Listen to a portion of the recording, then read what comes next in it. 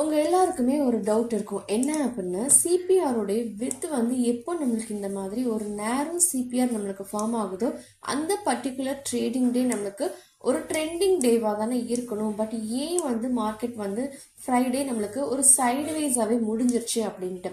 So சிபிஆரோடைய with நேரோவாக இருந்தால் மட்டும் பத்தாது.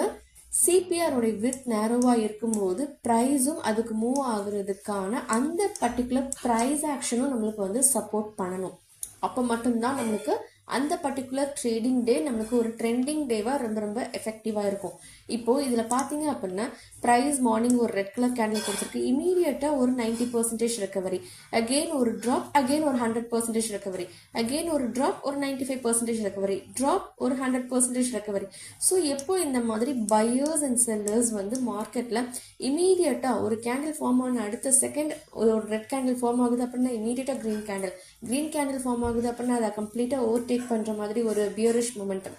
எப்போ இந்த மாதிரி ஒரு சைட்வேஸ் டே இருக்கிற மாதிரி நம்மளுக்கு ஸ்டார்டிங்லேயே தெரியுதோ, இன்கேஸ் நேரோ சிபிஆராக இருந்தாலும் பரவாயில்ல, எப்போ இந்த மாதிரி புல்ஸ் அண்ட் பியர்ஸ் நம்மளுக்கு மார்க்கெட்டில் ஈக்குவலாக இருக்கிறாங்களோ அந்த மாதிரியான ட்ரேடிங் டே நம்மளுக்கு சைட்வேஸ் டேவாக இருக்கிறதுக்கான சான்சஸ் அதிகம்.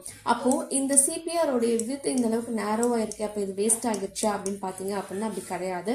இன்கேஸ் இந்த மாதிரி நேரோ சிபிஆர் ஃபார்ம் ஆகி நம்மளுக்கு ப்ரைஸ் ஆக்ஷனுமே ஒரு சைட்வேஸில் போகுது அப்படின்னா என்ன பண்ணுவாங்க அப்படின்னா மோஸ்ட்லி மார்க்கெட் பார்ட்டிசிபென்ட்ஸ் அதை நெக்ஸ்ட் டே வந்து ஒரு ட்ரெண்டிங் டேவாக ஃபார்ம் பண்ணுறதுக்கு ட்ரை பண்ணுவாங்க.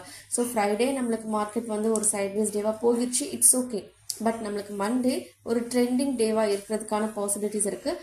ஈவன் நம்மளுக்கு மண்டேவோடைய சிபிஆர் ஒரு ஆவரேஜ் சிபிஆர் இல்லைன்னா ஒயிட் சிபிஆராக இருந்தாலும் பரவாயில்ல, மண்டே நம்மளுக்கு ஒரு ட்ரெண்டிங் டேவாக இருக்கிறதுக்கு சான்சஸ் இருக்குது. இன்கேஸ் மண்டே மிஸ் பண்ணாங்க அப்படின்னா கூட டியூஸ்டே நம்மளுக்கு எக்ஸ்பைரி டே வருது கரெக்டாக, அந்த எக்ஸ்பைரி டேலையும் நம்மளுக்கு ஒரு ட்ரெண்டிங் டே இருக்கிறதுக்கு பாசிபிலிட்டிஸ் இருக்குது. ஓகேவா?